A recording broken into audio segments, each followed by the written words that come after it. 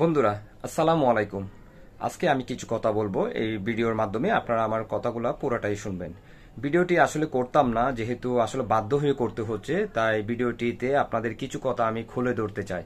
আসলে আপনারা হয়তো জানেন আমার একটা ফেসবুক পেজ আছে আর একটা ইউটিউব চ্যানেল আছে। আমার আরো একটা নতুন ইউটিউব চ্যানেল আছে। বর্তমানে আমার দুটি নতুন ইউটিউব চ্যানেল আছে, একটি ফেসবুক পেজ আছে, যেগুলো আমি প্রতিনিয়ত চালিয়ে থাকি, যেগুলো আমি প্রতিবাদ স্বরূপ অনেক কিছু বলে থাকি ওখানকার মধ্যে।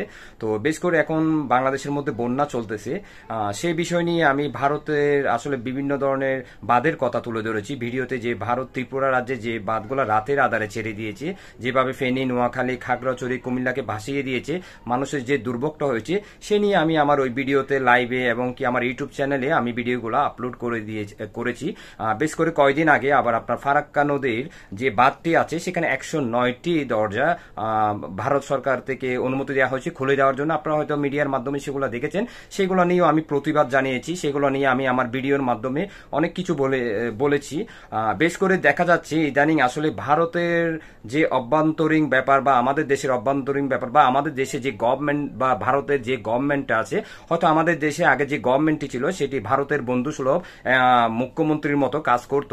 আমি ওই গভর্নমেন্টের কথা বাদই দিলাম, কিন্তু ভারত এখন বর্তমানে যে কাজগুলা করতেছে, আপনারা হয়তো সাধারণ মানুষ হিসাবে, আমি বাংলাদেশের মানুষের কথা বাদই দিলাম, যারা ভারতে আমাদের মতো সাধারণ মানুষ আছেন, যারা সাধারণ নাগরিক আছেন, যারা তাদের প্রতিক্রিয়াটা জানান, যারা প্রতিবাদ স্বরূপ জানান। যেমন এই কিছুদিন আগে যে মেয়েটি ডাক্তার দর্শন হয়েছে, তাকে নিয়ে আপনারা প্রচুর প্রতিবাদ করতেছেন, প্রচুর আলোচনা করতেছেন, প্রচুর আপনাদের সমস্যা হচ্ছে। আপনারা প্রতিবাদ অবশ্যই করতে পারেন, কারণ আপনার প্রতিবাদ করা আপনার নৈতিক দায়িত্ব।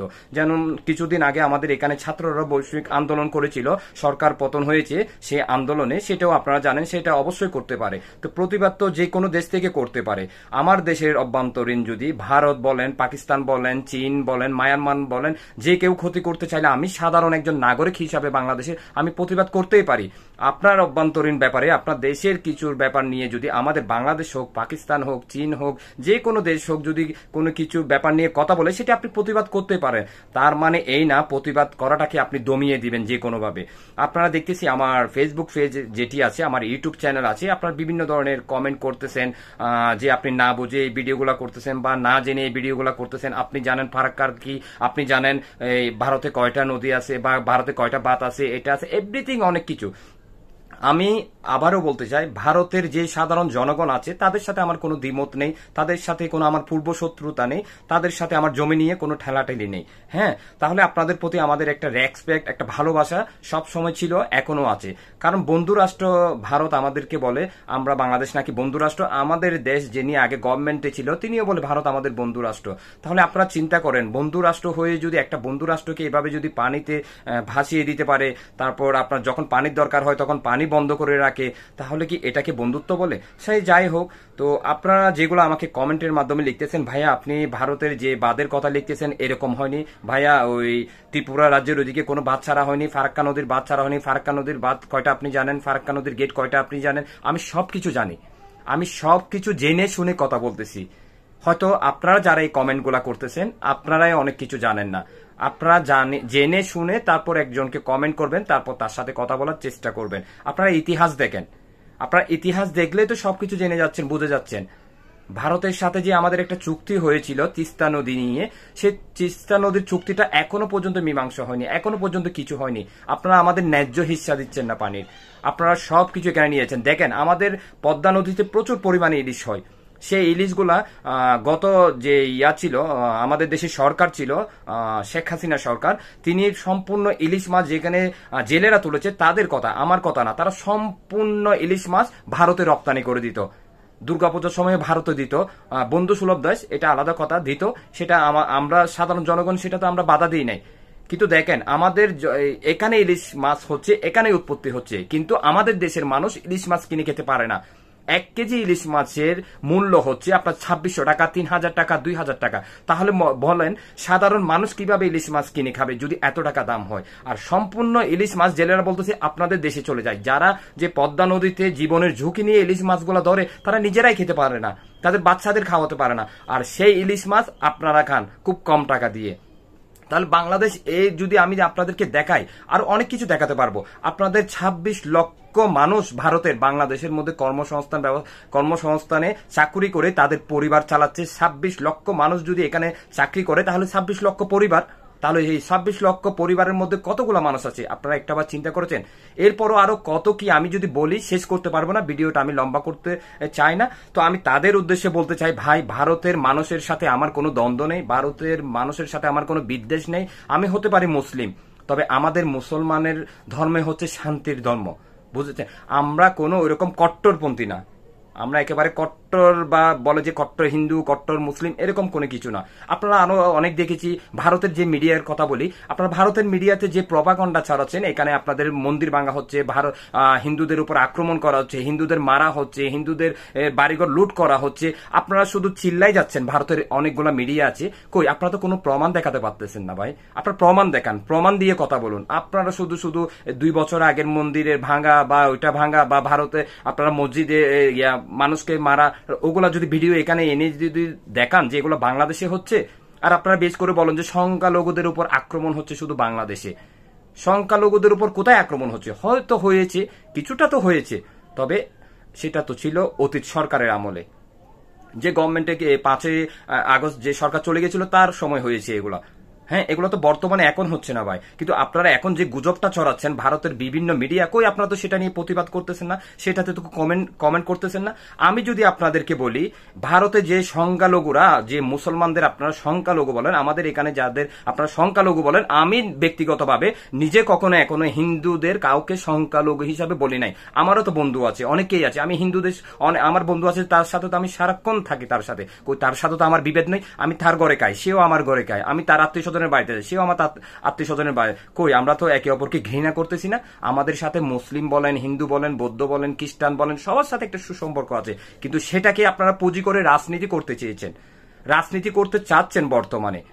আমি যদি বলি ভারতে যে মুসলমানরা সংখ্যালঘুরা আছেন তাদের উপর আপনারা যে এত কিছু নির্যাতনের ভিডিও আমরা সোশ্যাল মিডিয়াতে দেখেছি, তো আপনারা কিভাবে তাদেরকে মারতেছেন, কিভাবে তাদেরকে ধাওয়া করতেছেন, একটা মেয়েকে কিভাবে, স্টুডেন্ট মেয়েকে আপনারা কিভাবে মারতে চেয়েছেন, সে আল্লাহু আকবার ধ্বনি দেওয়াতে, এগুলো আমরা সব মিডিয়াতে দেখেছিলাম। তখন ভারতের মিডিয়াগুলো কই ছিল? তখন প্রতিবাদী ভারতের সেই মিডিয়াগুলো কই ছিল?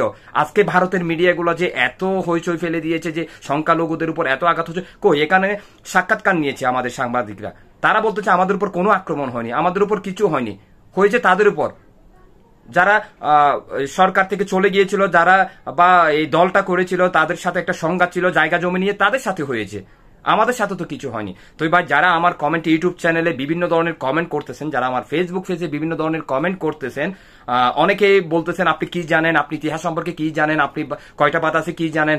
আরে ভাই, আমি কয়টা বাদ আছে কি নাই, আমি প্রতিদিন রাত 8টায় লাইভে আসি, আপনি আমার সাথে আসেন, ভিডিও কলে কথা বলেন, আপনি যুক্তি দেখান, আমি যুক্তি দেখাবো। আপনাকে আমি কমেন্টে রিপ্লাই দিয়েছি, আপনাদের অনেককে কমেন্টে রিপ্লাই দিচ্ছি যে আপনার প্রমাণ দেখান, আমি আপনাদেরকে প্রমাণ দেখাচ্ছি। আমি তো আপনাদেরকে প্রমাণ দেখিয়ে কথা বলতেছি, কিন্তু আপনারা তো প্রমাণ দেখিয়ে কথা বলতেছেন না ভাই। তো অযথা শুধু শুধু কমেন্টে এসে আজে বাজে কথা বলা বা বিরক্তিকর কথা বলা বা ঠেস মেরে কথা বলা বা ঘুষ মেরে কথা বলা, ভাই নিজেকে এত বেশি চালাক পাবিয়েন না। যে মানুষ নিজেকে বেশি চালাক মনে করে সে প্রকৃত বোকা, সে প্রকৃত বোকা। আমি আবারও বলেছি, এখনো বলতেছি, ভারতের মানুষের সাথে আমাদের বাংলাদেশের মানুষের কোনো দ্বন্দ্ব নেই, আমার সাথেও কোনো ব্যক্তিগতভাবে দ্বন্দ্ব নেই। তারা ভারতের মানুষ যেমন সবগুলো ভালো না, কিন্তু আবার সবগুলোও তো খারাপ না। বাংলাদেশের মানুষগুলো যেমন সবগুলো ভালো না, কিন্তু তেমনি তো সবগুলো আর খারাপ না। ভালো খারাপ মিলিয়ে তো মানুষ মাত্রই তো ভুল। হ্যাঁ, তাহলে আপনাদের সেটা চিন্তা করতে হবে। আপনারা শুধু এককভাবে যদি চিন্তা করেন যে আমাদের বাংলাদেশে আগে যে গভর্নমেন্ট ছিল, গভর্নমেন্টের সাথে যারা মিলে এসব কাজ করেছে, বা এখন ভারতের যিনি গভর্নমেন্ট আছে তাদের সাথে মিলে আপনারা যেসব কাজ করতেছেন, এগুলো ভাই করবেন না, এগুলা করবেন না। আপনারা আপনাদের জায়গা থেকে আপনাদের দাবি দাওয়াটা দেন, আপনারা আপনাদের জায়গা থেকে আপনারা কথাগুলো বলেন প্রমাণ দিয়ে। আমি আমার দেশের অভ্যন্তরীণ ব্যাপারে, আমার দেশে যদি কোনো দেশ যদি হস্তক্ষেপ করে, তাহলে আমি তো অবশ্যই প্রতিবাদ জানাবো, সেটা যেই হোক, সেটা ভারত হোক, পাকিস্তান হোক, চীন হোক, মায়ানমার হোক, আমেরিকা, যে কোনো দেশ হোক, আমি অবশ্যই প্রতিবাদ জানাবো একজন সচেতন নাগরিক হিসাবে। কিন্তু প্রতিবাদটা আপনার কেন খারাপ লাগবে ভাই? ভারতে তো অনেক কোটি কোটি মানুষ আছে, প্রায় 130 কোটির উপরে, 40 কোটির উপরে মানুষ আছে সম্ভবত। কই তারা তো অনেকেই প্রতিবাদ করতেছে না।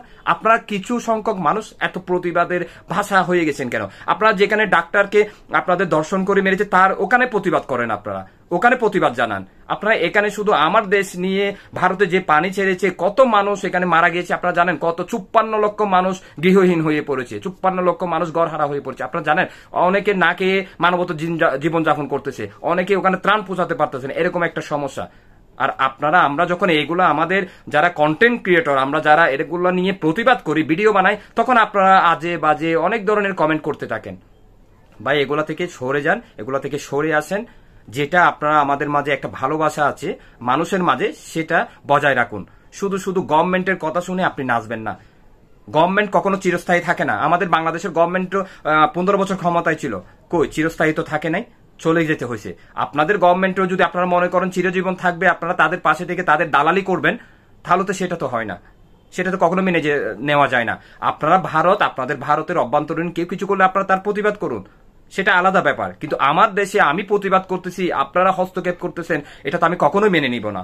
আর আপনারা যতই আমাকে কমেন্ট করবেন, আজে বাজে কমেন্ট করবেন, তত বেশি আমি ভিডিও করব, তত বেশি আমার ইউটিউব চ্যানেলে আমি ভিডিওগুলো ছাড়তে থাকবো। আপনারা যত বেশি বলবেন আমি তত বেশি আরো সোচ্চার হব, তত বেশি আরো ভিডিও করব।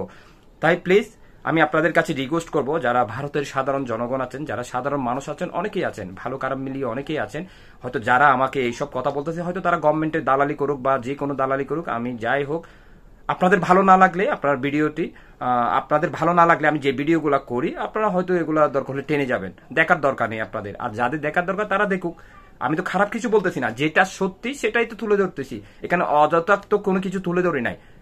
তাই আমি আমার এই কথাগুলোর জন্য যদি কারো মনে কষ্ট দিয়ে থাকি বা কারো মনে আঘাত দিয়ে থাকি বা আমার কথা যদি আপনার কষ্ট পেয়ে থাকেন, তার জন্য আমি দুঃখ প্রকাশ করতেছি। কিন্তু আমার কথা যেগুলো বলেছি এগুলো 100% সত্যি। আজকে আমার দেশে যা হচ্ছে সেটা যদি আপনার দেশে হতো, আমার জায়গায় থেকে আমি যে প্রতিবাদটা করতেছি ঠিক তেমনি আপনার জায়গা থেকে আপনিও সেই প্রতিবাদটা করতেন, সেটা ব্যতিক্রম কিছু না। তো যে যে জায়গা থেকে প্রতিবাদ জানাচ্ছে, পাকিস্তানও আন্দোলন হচ্ছে, ছাত্র আন্দোলন, তারাও আন্দোলন করতেছে কি জন্য? তাদের জন্য করতেছে, তাদের দেশের জন্য করতেছে, এটা তো স্বাভাবিক ভাই, এটা বুঝতে হবে। তো তো যা বলেছি তা আপনারা অবশ্যই চিন্তা ভাবনা করবেন। অবশ্যই আপনারা হয়তো বিভিন্ন কথা বলতে পারেন, কিন্তু বিভিন্ন কথার মধ্যে অনেক ধরনের কথা আছে যেগুলো আসলে মোটেও সহ্য করার মতো নয়। তাই ভাই আমি আপনাদের রিকোয়েস্ট করব, আপনাদের যদি হয়তো আমার কথাগুলো ভালো না লেগে থাকে, তাহলে আপনারা চাইলে আমাকে আমার যে ফেজের সাথে আমার সাথে যুক্ত আছেন, আপনারা চাইলে আমাকে আনফলো করে দিতে পারেন। আর যারা ইউটিউব চ্যানেলে আমার সাথে আপনারা যুক্ত আছেন, তারা চাইলে আমাকে আনসাবস্ক্রাইব করে দিতে পারেন, যদি আমার কথা আপনাদের যদি মনে আঘাত দিয়ে থাকে, আপনাদের কষ্ট দিয়ে থাকে। কিন্তু আমি ন্যায্য কথা সবসময় বলবো, সেটা ভারত করুক বা অন্য কোনো রাষ্ট্র করুক। হ্যাঁ, তো আমার আবারও বলতেছি, আপনারা আমরা একটা সম্প্রীতি, একটা দেশের সাথে আপনাদের সাথে আমাদের একটা সুসম্পর্ক রয়েছে। আমাদের দেশের মানুষ আপনাদের দেশে যায়, আপনাদের দেশের মানুষ আমাদের দেশে আসে, বিভিন্ন কারণে যায়, বিভিন্ন কারণে আসে, হতে পারে আত্মীয় স্বজন থাকে এই কারণে। কিন্তু আমি কিন্তু কারো মনে কোনো আঘাত দিয়ে কোনো কথা বলতে চাই না এবং চাইতেছিও না।